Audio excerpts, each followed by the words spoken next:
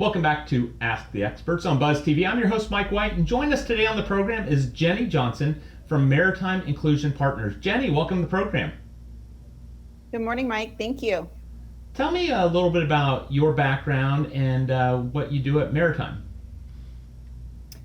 My background is I've roughly about 25 years in the maritime industry, both at sea and working ashore.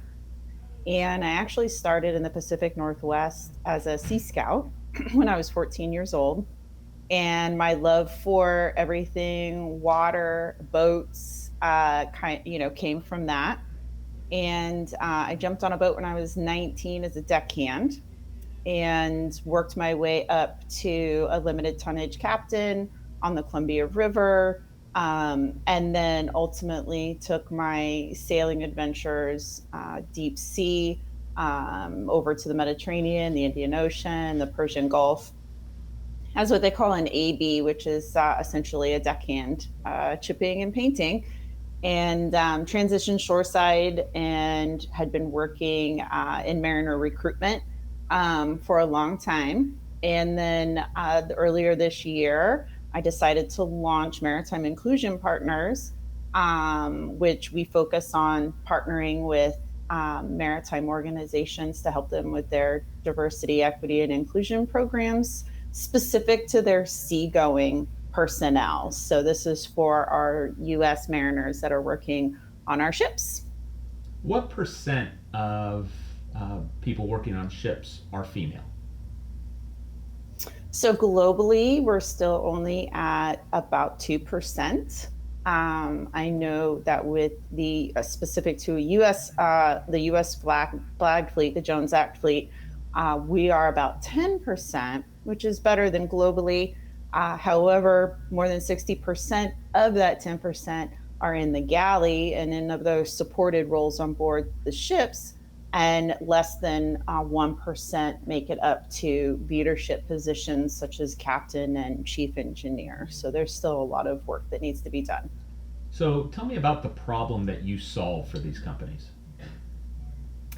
Absolutely. So one of the main things I like to convey to the public is that um, if we're not able to maintain the U.S. mariner workforce, ultimately over time, what will happen is our cargo will then start to need to be moved by foreign flag ships.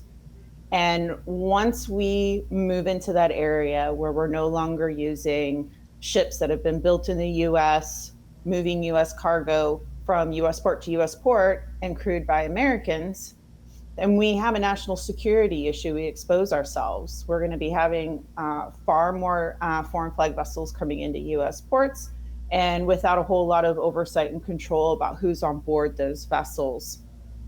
So at the end of the day, that's what we're facing. And it's important to start tapping into um, demographics of people such as women, people of color, and LGBTQ to start filling these roles that have traditionally been held by white men, and expanding the fleet and the workforce to these groups so that we can keep these ships going.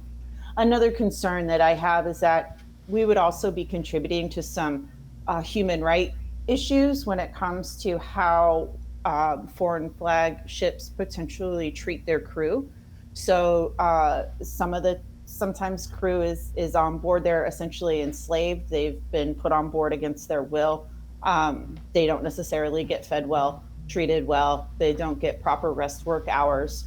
And so we would also be contributing to human rights violations if we were to just go away with the U.S. Mariner fleet. What you say makes sense. The companies that you're targeting to go in and provide services for, do they understand those issues? They do. Are they willing to do anything about What it? I definitely have roadblocks there when it comes to them seeing the value in putting money towards the changes that need to be made. Um, and so definitely struggle. Nobody's arguing with my points. My points are real. They're valid. They're true.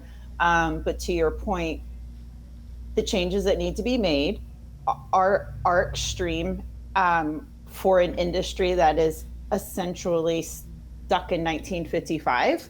And so the concepts of being inclusive to all people and welcoming to all people is difficult for the industry leaders to take action on, because tradition is so important to the maritime industry. And I completely understand that. I love traditions as well. But there's a lot of the things that we're holding on to tradition wise that's preventing the industry from being appealing to the larger workforce that we could potentially be bringing in.